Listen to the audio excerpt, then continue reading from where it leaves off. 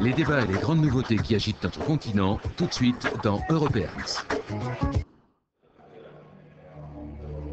Une exposition où l'on rit jaune, avec des œuvres d'artistes de toute l'Europe pour contribuer au lancement de la nouvelle campagne européenne contre les violences conjugales. Mais derrière le coup de crayon réside souvent une vraie souffrance. Le travail des membres de Myriadas, une association qui représente et aide les femmes victimes de violences à la maison, commence dans les rues de Huelva, ville du sud de l'Espagne.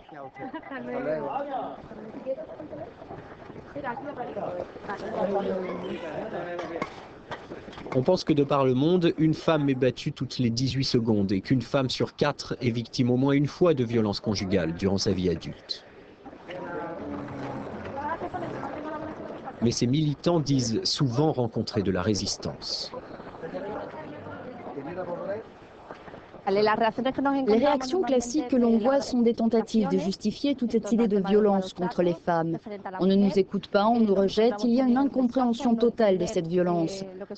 Nous rencontrons des gens qui simplement ne veulent pas comprendre ce qu'il se passe. Dans notre société, nous pensons encore que la violence conjugale est quelque chose de familial et qui ne doit pas sortir des quatre murs de la maison, donc c'est dur d'y faire entrer notre message.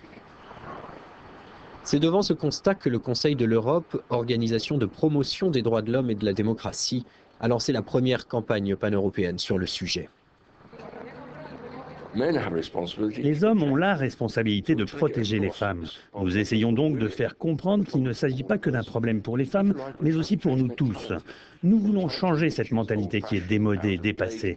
Nous voulons propager l'idée que les femmes sont des égales et doivent être respectées comme n'importe qui d'autre.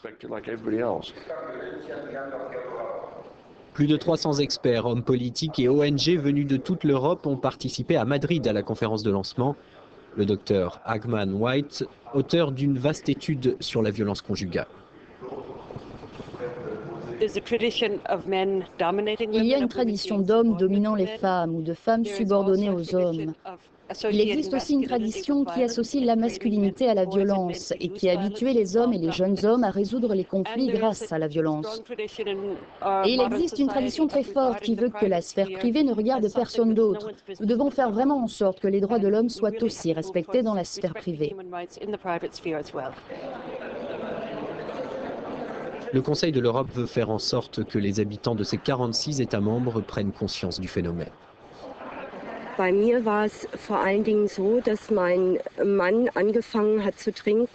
mari a commencé à boire quand j'étais enceinte et il a perdu son travail à cause de ça. J'ai toujours peur de lui quand j'entends son nom. Je n'ai pas encore tourné la page.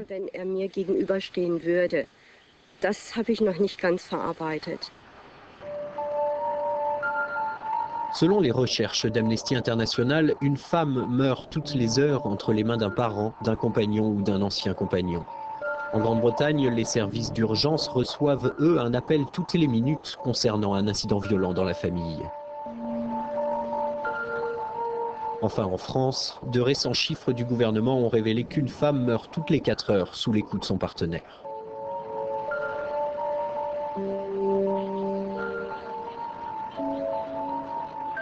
Au départ, c'était des violences verbales. Et puis, bon, après, c'est devenu des gifles et des coups. Et c'est vrai que, bon, on a du mal à prendre la décision parce qu'on a peur et qu'on est coupé de sa famille et coupé de ses amis. En fait, on est seul, on a peur, on a honte et puis on est seul, quoi. Donc, c'est très difficile de prendre la décision de partir. En Espagne, l'adoption d'une loi globale et exhaustive en 2004 a déjà favorisé la prise de conscience du public sur la violence conjugale.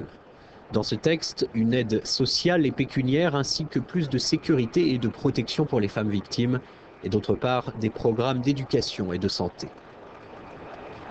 Cette loi a été vue de façon très positive par les autres pays européens car elle est très ambitieuse, transparente et a créé des structures nouvelles. Et par-dessus tout, elle bénéficie du soutien de toute la population espagnole. Quand il n'y a pas de démocratie à la maison, alors qu'il devrait y avoir respect mutuel et indépendance, alors il n'y a pas de vraie démocratie. Il existe déjà aussi en Espagne des campagnes de publicité qui font participer des stars du foot.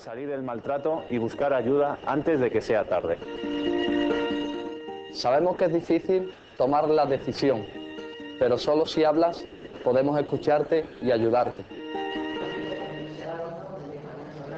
Une mesure phare de cette loi espagnole, la mise en place de tribunaux dédiés uniquement aux cas de violence conjugale. Cette femme vient témoigner, elle a vu une de ses voisines se faire battre par son mari. Moi et ma fille, on a entendu des coups. On a ouvert la porte et on a vu une femme à terre, visiblement blessée. L'homme a essayé de continuer à la battre, mais je l'ai ceinturée et tenue fermement. Est-ce que c'était bien son mari? Oui, c'était son mari. 60 femmes sont mortes cette année sous les coups de leurs compagnons ou ex-compagnons. Mais les juges expliquent que ce serait une erreur que de mesurer le succès ou l'échec de la nouvelle loi en se fondant seulement sur le nombre de morts.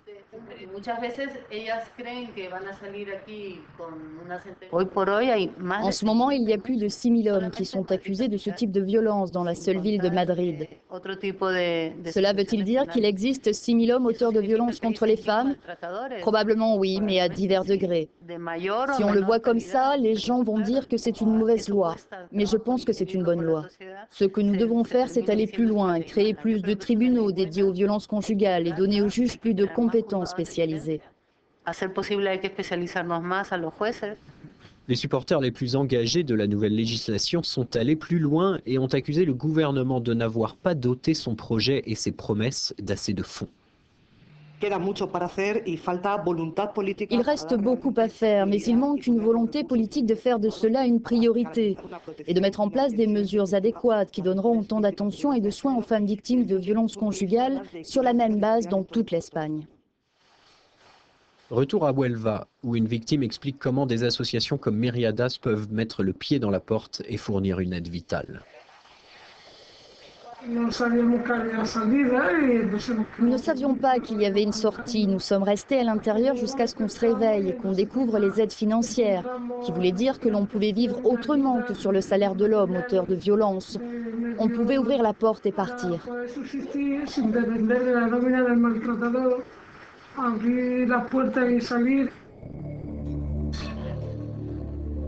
Tous les militants sont d'accord sur un point, un élément clé de cette lutte contre la violence et l'éducation. En élevant la conscience notamment des enfants et des adolescents sur ce problème, on augmente l'espoir qu'ils ne deviendront pas demain eux aussi victimes ou auteurs de la violence conjugale.